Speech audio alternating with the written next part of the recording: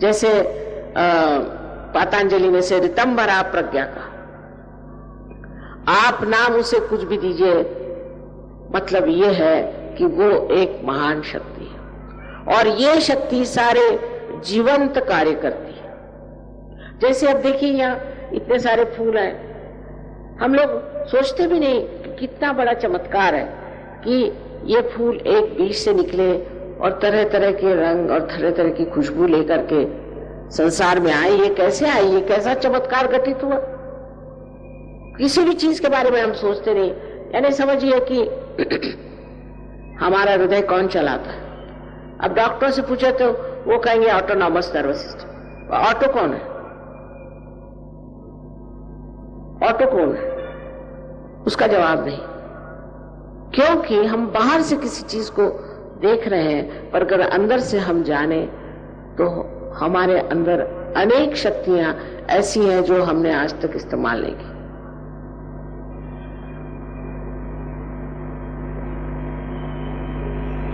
अब आत्म साक्षात्कार में क्या होता है ये बता देना जरूरी है। हालांकि एक लेक्चर में सारी बात नहीं बता जा सकती। सबसे पहले आपके अंदर एक शक्ति है जिसे कहते हैं कुंडलिनी शक्ति। इसको कुंडलिनी इसलिए कहते हैं क्योंकि इसमें छोटे छोटे, जिसे हम लोग कुंडल कहते हैं,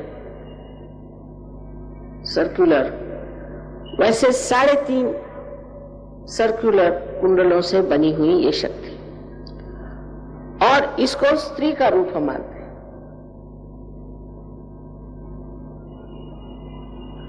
इसको हम स्त्री का रूप मानते हैं क्योंकि ये आदि शक्ति का ही प्रतिबिंब है, रिफ्लेक्शन है।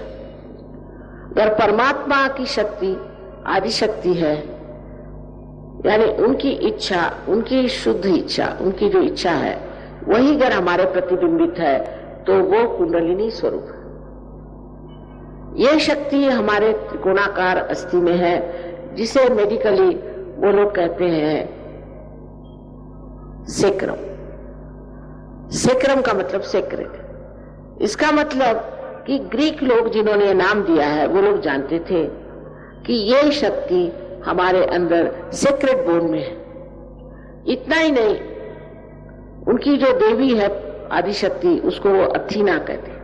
अथ माने प्राइमोर्डियल, जो प्राइमोर्डियल मदर है उसका नाम अथीना रखा है। इतनी चीजें उनसे मिलती हैं। अगर आप कभी जाएं ग्रीस तो देखिएगा कि आपको आश्चर्य होगा कि हमारे शास्त्रों में ग्रीस के बारे में कितना कुछ लिखा गया। लेकिन ये सब होते हुए भी इसका ज्ञान आधा अधूरा ही लोगों में था, क्योंकि जो पाते थे वो प्यार के और आनंद के सागर में खो जाते थे। और लोग भी उस जमाने में ऐसे थे, इतने लोग कहां जो कि सत्य के खोज में आए। कबीर ने कहा है, कैसे समझाऊं सब जग अंधा। वाकई में यह हालत थी, कोई जानना ही नहीं चाहता था। सब अपने अपने ज्ञान में खोए हुए, अपने अपने शान में खोए हुए, अपने को पता नहीं क्या समझते थे। और जो उन्होंने बात कही है आज वो बात नहीं। आज कलयुग के एक उपकार है कि बहुत खोज सत्य की सारे दुनिया में हो रही है। हिंदुस्तान में कम है पर और जगह बहुत है, क्योंकि हम सोचते हैं बड़े धार्मिक है, सुबह से शाम तक हमने 2-4 भजन गाए हो गए, हम तो बड़े ही है। उससे आगे जाने की इच्छा कम। इस साल दूसरी बात है, पर इससे पहले तो मैं सोचती थी कि ये पूना है और शास्त्रों में इसको पुण्य पट्टनम कहते हैं। सारे महाराष्ट्र में सबसे ज्यादा पुण्यवान यही जगह है, लेकिन ऐसा देखती नहीं थी मैं। अब आश्चर्य होता है कि आप लोग इतने यहाँ आए हैं उस परम तत्व को पाने के लिए जिसके प्रकाश से आपका जीवन, सारे संसार का जीवन आलोकित हो सकता है। क्योंकि जो कुछ भी संसार के प्रश्न है वो अधिकतर मनुष्य की वजह से। हाँ, अभी किसी ने कहा कि तो फिर लातूर में भूकंप क्यों हुआ? यहां पर 3 साल मैंने भाषणों में कहा कि आपके यहां जरूर भूकंप होगा।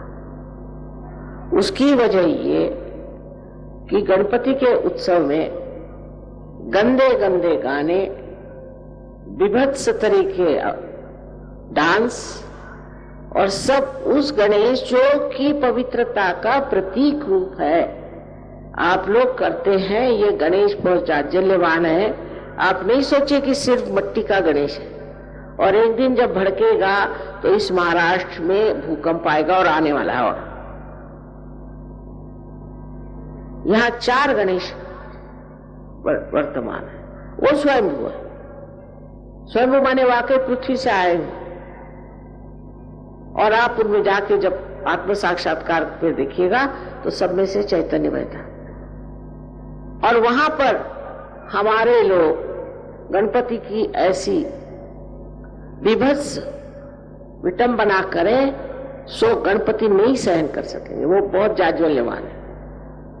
और अब वही हुआ। एक लातूर ही ऐसा हमारा सेंटर था जहां मैं नहीं गई, और वहां पर ये बड़ा भारी भूकंप हुआ। बहुत दुख की बात है, क्योंकि चतुर्दशी के दिन के बाद गणपति विसर्जित करके सब लोग आए और शराब पी के नंग धुड़ंग होके नाच रहे थे, और सब गड़प होगा। और दूसरी आश्चर्य की बात है, आप पता करें कि एक भी सहयोगी के घर में जरा सी भी कोई ऐसी लकीर भी नहीं आई, और एक भी सहयोगी मरा नहीं। अब आप कहेंगे कि मां ये कैसे? आप जाके पता करें। जिस भगवान को आप बहुत मानते हैं, अब यहां भी मैंने देखा कि क्रीड़ा नगरी में गणपति वगैरह बनाए, सब कुछ किया। उनकी इज्जत तो करना जानते नहीं। क्या उनकी मूर्ति बना देने से या देखे ऐसे नमस्कार करने से हो जाता है? अगर आप वाकई गणेश जी को मानते हैं तो सबसे पहले जान लेना चाहिए कि आपके अंदर पवित्रता आनी चाहिए। वो चिर बालक और गणपति का विशेष आशीर्वाद इस महाराष्ट्र में। शराब तो इतनी महाराष्ट्र में चल पड़ी है कि रास्ते में आप देखिए, अगर किसी गांव में जा रहे हैं तो रास्ते पर लोग खटमल के जैसे पड़े हुए हैं शराब पी करके। शर्म आनी चाहिए।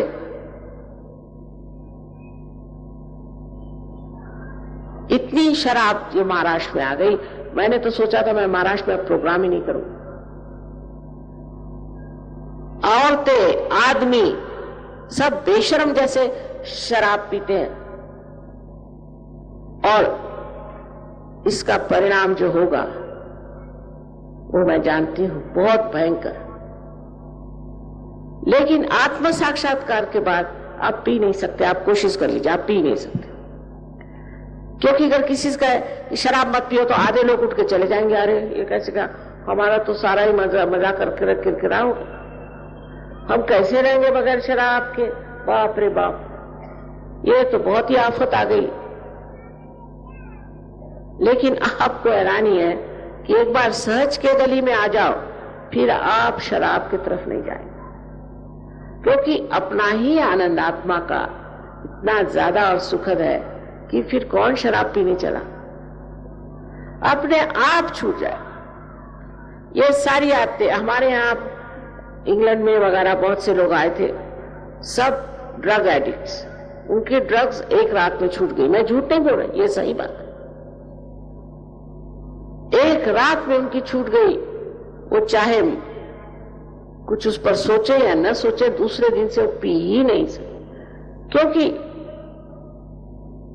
क्या होता है, अगर समझ लीजिए मैं एक जिद्दी औरत हूं और किसी को सुनती नहीं, अधिकतर आजकल ऐसे ही लोग हैं।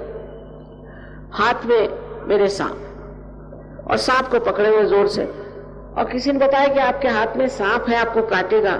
जब तक काटेगा नहीं मैं सुनने ही नहीं वाली कि ये सांप है। मैंने नहीं भाई, ये तो डोरी। अंधे है ना।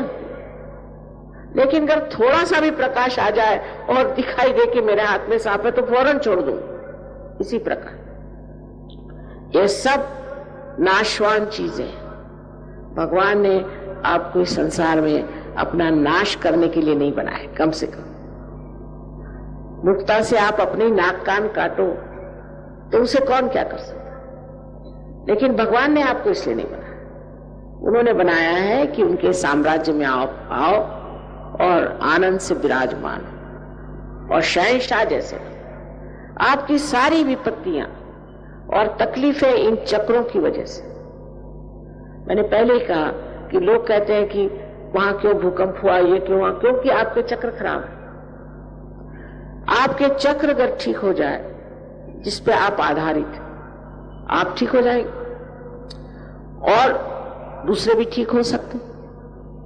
इस तरह से अगर बहुजन ऐसा समाज हो जाए कि जो सब आत्म साक्षात्कारी हो, जिसके अंदर आत्मा का प्रकाश हो, तो दुनिया ही बदल जाए। आप देखिए, एक साक्षात्कारी आदमी के हाथ का जो चैतन्य है, उससे आपके यहाँ की जो बड़ी समस्या खाने पीने की है वो बहुत आसानी से सुलझ सकती है। कैसे कि इस चैतन्य से आपका जो एग्रीकल्चर है, खेती का जो व्यवहार है, सो आपकी खेती कभी कभी 10 गुना हो जाएगी।